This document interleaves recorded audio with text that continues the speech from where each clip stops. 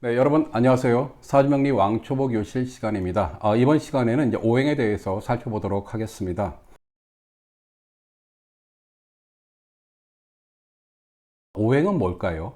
음양이라고 하는 어떤 이 말처럼 오행이라고 하는 말도 아마 한 번쯤은 다들 들어보셨을 거라고 생각하고요. 아마 명리학을 공부하신 분들 같은 경우는 오행 하면은 뭐 바로 머릿속에 그려지실 겁니다. 그래서 묻습니다. 오행은 뭘까요? 아마 많은 분들께서 오행은요, 목화토금수예요 라고 이렇게 답을 하실 거고요. 그러면 목화토금수가 뭘까요? 라고 하는 또 다른 질문을 하면 목은 나무고 화는 불이고 토는 흙이고 금은 쇠고 그리고 수는 물입니다 라고 아마 이렇게 답을 하실 겁니다. 지난번에 제가 물었던 질문, 음양이 뭐죠? 네, 음은 여자고 양은 남자 라고 하는 이런 답과 굉장히 좀 유사한 답을 많이 하실 거라고 좀 생각을 하는데, 이 오행이라고 하는 것은 이 음양과 더불어서 이 우주 변화의 원리와 운동을 근본적으로 설명하는 개념이자 법칙이다. 또한 역시 운동이다 라고 말씀드릴 수 있습니다. 음양과 오행이라고 하는 것이 별개이냐라고 하면 저는 그렇지 않다고 생각합니다. 오행이라고 하는 것은 기본적으로 음양이라고 하는 운동이 좀 이렇게 발전한 5가지 어떤 이 모습으로 자기를 드러내는 운동이다 라고 생각을 합니다. 이걸 이제 하나씩 살펴볼 텐데요. 먼저 오행이라고 하는 말부터 이해할 필요가 있다고 생각합니다. 한자를 보면요, 오는 5오가 되는 거고요. 행이라고 하는 것은 갈 행자입니다. 자, 앞서 보통 오행이라고 하는 것은 목화토금수다, 이거를 나무다, 뭐 물이다 이렇게 얘기했습니다. 그런데 이걸 이름을 오행, 즉 갈 행자를 써서 행이라고 붙여요. 자, 다른 이름들도 있을 거라고 생각합니다. 예를 들어서 오소, 뭐 오형, 오질, 오물, 충분하게 이 목화토금수라고 하는 5가지의 어떤 이 사물을 표현할 수 있는 다른 이름들도 있는데 왜 이걸 오행이라고 불렀을까? 왜 행이라고 하는 간다라고 하는 이런 단어를 붙였을까? 저는 여기에는 바로 이 오행이라고 하는 것이 어떤 개념인지를 설명하는 키가 담겨 있다고 생각하는데, 기본적으로 오행이라고 하는 것이 어떤 이런 자연의 형질이나 요소, 물질을 모두 포괄하고 있는 개념인 것은 사실입니다. 하지만 앞서 말씀드렸지만 오행이라고 하는 것도 어떤 고정된 사물 그 자체를 뜻하는 것이 아니라 끊임없이 변화하는 운동 그 자체를 설명하는 개념이다 하는 것이 바로 이 오행이라고 하는 말 속에 담겨 있다라고 얘기할 수 있습니다. 이와 관련해서 서양에는 지수화풍이라고 하는 개념이 존재합니다. 이 지수화풍이라고 하는 건 말 그대로 땅, 물, 불, 바람입니다. 굉장히 유명한 개념이죠. 그리스의 철학자인 탈레스라고 하는 사람이 만물의 근원은 뭐라고 얘기했죠? 물이라고 얘기했죠. 바로 이 탈레스를 이어서 이 엠페도클레스라고 하는 사람이 이 지수화풍이라고 하는 이 4가지 요소가 바로 만물을 이루는 4개의 뿌리이고, 그 뿌리들 사이에 사랑과 미움이 이 우주 만물의 조화를 이뤄낸다라고 하는 이런 이론을 펴냈죠. 이게 서양 철학에서 유물론 이제 시작이다 얘기하는 건데요. 이것이 이제 뒤에 가서는 데모크리토스의 원전으로까지 이어지게 되는 거죠. 자, 그렇듯이 이 서양의 지수화풍론이라고 하는 것은 원자라고 하는 어떤 좀 물질, 입자 등으로 규정한다라고 얘기할 수 있습니다. 그런데 언뜻 보면은 이 지수화풍이라고 하는 4개의 요소와 이 동양의 오행이라고 하는 개념은 굉장히 좀 비슷한 듯이 보입니다. 뭐 금 하나만 없는 거죠. 하지만 여기에는 굉장히 커다란 사고의 이 차이가 있는데요. 기본적으로 지수화풍이라고 하는 것은 이 4가지 사물을 어떤 이 물질로 규정을 합니다. 그리고 이거는 변화하지 않고 고정된 걸로 보는 이른바 결정론적인 이런 사고의 산물인 거고요. 반대로 오행이라고 하는 것은 앞서 이것이 끊임없이 운동하고 변화하는 이 음양운동의 다른 모습이라고 얘기했듯이 이것은 상대론적인 이 견해에 입각한 개념이다 라고 얘기할 수 있는 거고요.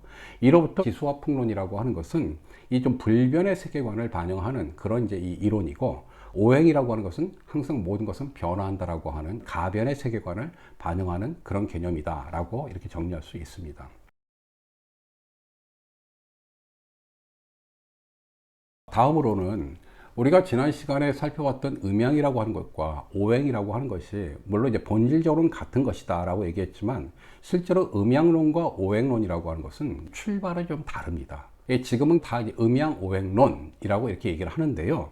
사실 처음에 이런 이론들이 만들어졌을 때는 음양론 따로, 오행론 따로였다는 거죠. 그 기원과 사상의 뿌리가 완전히 다른 이론이었다. 왜 그러냐면 기본적으로 음양이라고 하는 것은 어떻게 이루어져 있습니까? 음과 양이라고 하는 두 개로만 이루어져 있잖아요. 지금 낮과 밤, 강하고 약하다 하는 두 개입니다. 근데 오행이라고 하는 건 몇 개로 이루어졌어요?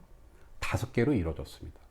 2와 5라고 하는 것은 전혀 다른 개념이죠. 5개라고 하는 것은 2개와 2개 사이에 뭔가 하나가 더 있다는 거죠. 그게 바로 토라고 하는 이 서로 다른 2개의 어떤 성질을 이어주고 매개해주는 어떤 것이 존재한다라고 하는 거죠. 그것이 바로 이 음양과 오행의 차이라고 얘기할 수 있는 겁니다. 음양이라고 하는 것은 지난 시간에도 여러 차례 반복을 했듯이 해와 달, 낮과 밤이라고 하는 우리 생명의 존재를 근본적으로 규정하는 어떤 원초적인 그 법칙이자 우주 만물의 기원을 설명하는 매우 추상적인 개념이다라고 얘기할 수 있는데요. 실제로 이런 음양 이론이라고 하는 것은 과거에 이 노자가 살던 남방의 초나라에서 유행했던 이론이라고 합니다. 이 반면에 오행이라고 하는 것은 이게 어디에서 연유된가, 이 설이 굉장히 많아요. 손가락이 5개여서 또 있지만 가장 대표적인 것은 뭐냐면 우리 이 태양계에는 지구 말고도 또 다른 행성들이 있죠. 바로 수성과 금성, 화성, 토성, 목성이라고 하는 이런 5개의 행성이 우리 지구에 굉장히 많은 영향을 끼친다는 것은 고대 천문학에서부터 이미 규명된 사실인 겁니다. 이렇게 5행성의 상호작용, 이거는 일종의 인식되는 환경이자 대상 으로 얘기할 수 있는데요. 오행이라고 하는 것은 우주 만물의 운동과 변화를 설명하는 어떤 구체적인 개념으로 발전한 이론이다라고 얘기할 수 있는 거고요.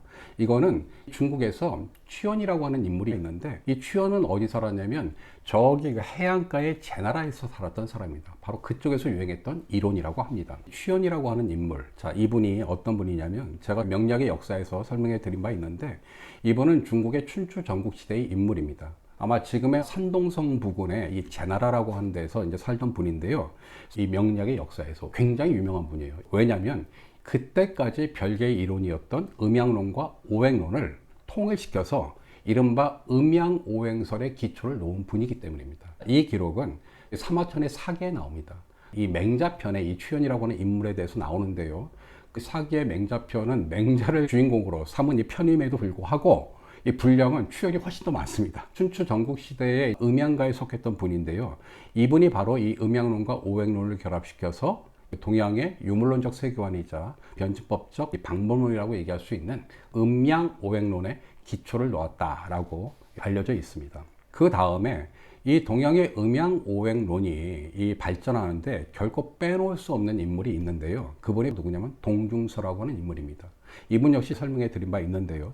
바로 전한시대, 즉 한나라 때죠. 이때의 어떤 뭐 천재라고 얘기할 수 있는 분입니다. 중국에서 유교라고 하는 사상이 그러니까 중국의 어쨌든 지배 이념이 되는데 크게 기여한 분인데 취연이 기초를 해놓은 음양오행론의 이 이론 체계를 확립한 분이고요.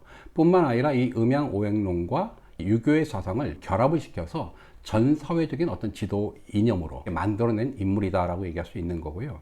여러분들 동양의학을 뭐라고 합니까? 한의학이라고 하죠. 이건 이제 우리 한국의 한자를 쓰기도 하고 중국의 이제 한나라 시대의 한자를 쓰는데 이렇게 의학을 비롯해서 건축, 의상, 음식, 음악 등 정치와 사회뿐만이 아니라 모든 문화적인 영역까지 이 음양오행론이 다 적용되기 시작한 게 바로 이때부터이다.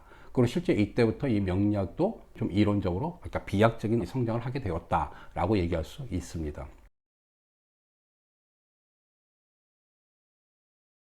자, 그러면 결국 이 오행이라고 하는 것, 이제 이런 역사적인 발전 과정을 거쳤는데 이 오행이라는 게 도대체 뭔가? 앞서도 말씀드렸지만 오행이라고 하는 것도 우리가 기본적으로 본질과 현상으로 나눌 수 있는데요.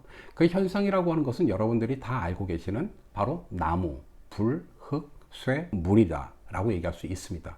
하지만 그런 현상 이면에는 본질이 있다고 했죠. 그럼 오행의 본질이 무엇이냐 라고 하면 기본적으로 본질에 있어서는 이 역시 운동이다. 무슨 운동이냐? 바로 우주의 근본 법칙인 음양이 5가지 모양으로 자기 모습을 변화해 가면서 하는 운동이다 라고 이렇게 이해하실 필요가 있습니다. 다시 한번 말씀드리면 오행이라고 하는 것은 멈추지 않고 움직인다. 즉 오행은 끊임없이 순환한 대자연의 운동 그 자체이다 라고 하는 이런 결론을 좀 내리면서 다음 시간에 이 오행에 대해서 조금 더 살펴보는 시간을 갖도록 하겠습니다.